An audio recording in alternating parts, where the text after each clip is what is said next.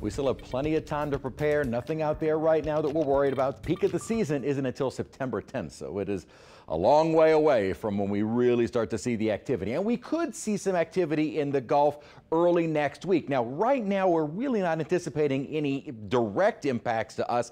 In fact, it might actually help us out after a couple of days of some heavy rainfall, as what looks to be kind of a system that is down in the eastern Pacific will get drawn northward into the either Bay of Campeche or the southwestern Gulf. That is when we could start to see some organization. Now remember, prior to that organization of a tropical system, we're going to have that surge of moisture headed our way. That'll start fueling our showers and storms beginning tomorrow. Now, as this system does try and get a little bit better organized, it starts drawing moisture toward itself and away from us. So Sunday, Monday in particular, and even into Tuesday, we have a good chance of some heavy rainfall. But by Tuesday, we should begin to see a lot of that moisture drawn away from us. Now, this is the Euro. Notice, not a really well organized system, more of a broad low that eventually moves inland, either Mexico or at some of the models, the farthest north have been more South Texas, but not toward us. The Gulf of Mexico will remain a fairly hostile environment in the coming days, so good news for us.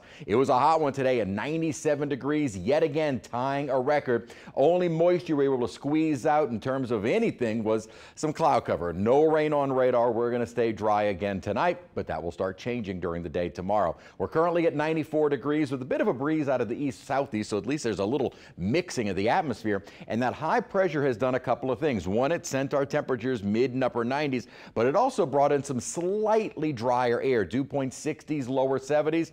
I know it's not much, but it did help to prevent our heat indices from reaching the dangerous levels of 105 to 110. Now, there may be some isolated locations that did, but for the most part, we stayed below those levels. We'll stay again fairly controlled by the upper high tomorrow, but a little bit of a difference. Today, the control is it keeps us dry and hot. Tomorrow, as it becomes a little bit more centered over the Carolinas, this allows for that moisture to begin surging our way. That will continue into Monday, and then into Tuesday, the upper high actually starts to kind of build back over us.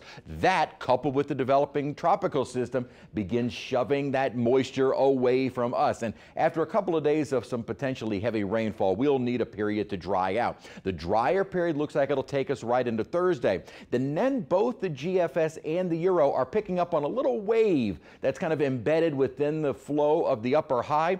The GFS takes this little feature and moves it well to our east, but the Euro actually brings it over us. Now, at the moment, doesn't look like anything particularly tropical, as would be associated with a surface and upper level low, but it could increase our rain chances. As of right now, doesn't look to be a tropical threat, but something that we'll have to watch for late next week. In the near future, it'll be this tropical moisture surging our way, increasing rain chances. Then again, by Tuesday, Wednesday, Thursday, the upper high and drier air begin moving in as that Gulf system starts to develop, and that begins pushing the moisture away from us. Now, the models have gone a little bit higher with just how much rain we could see.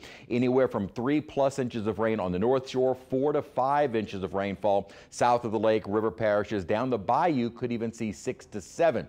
And that's overall. Some localized higher amounts are possible. The bulk of this rain will be on Sunday and on Monday. That's why for Sunday we've got that lower end threat for some street flooding, a little bit greater across southeast Louisiana, widespread that slight risk, which is a level 2 of 4. And then by Tuesday, much of that threat starts to shift away from us. So could see a couple of days, if maybe not even several days, of some heavy rain at time, because the rain that'll be moving in will have ample moisture to bring in some downpours with us through Tuesday. By Wednesday, Thursday, drying out, and then have that next chance of rain on Friday.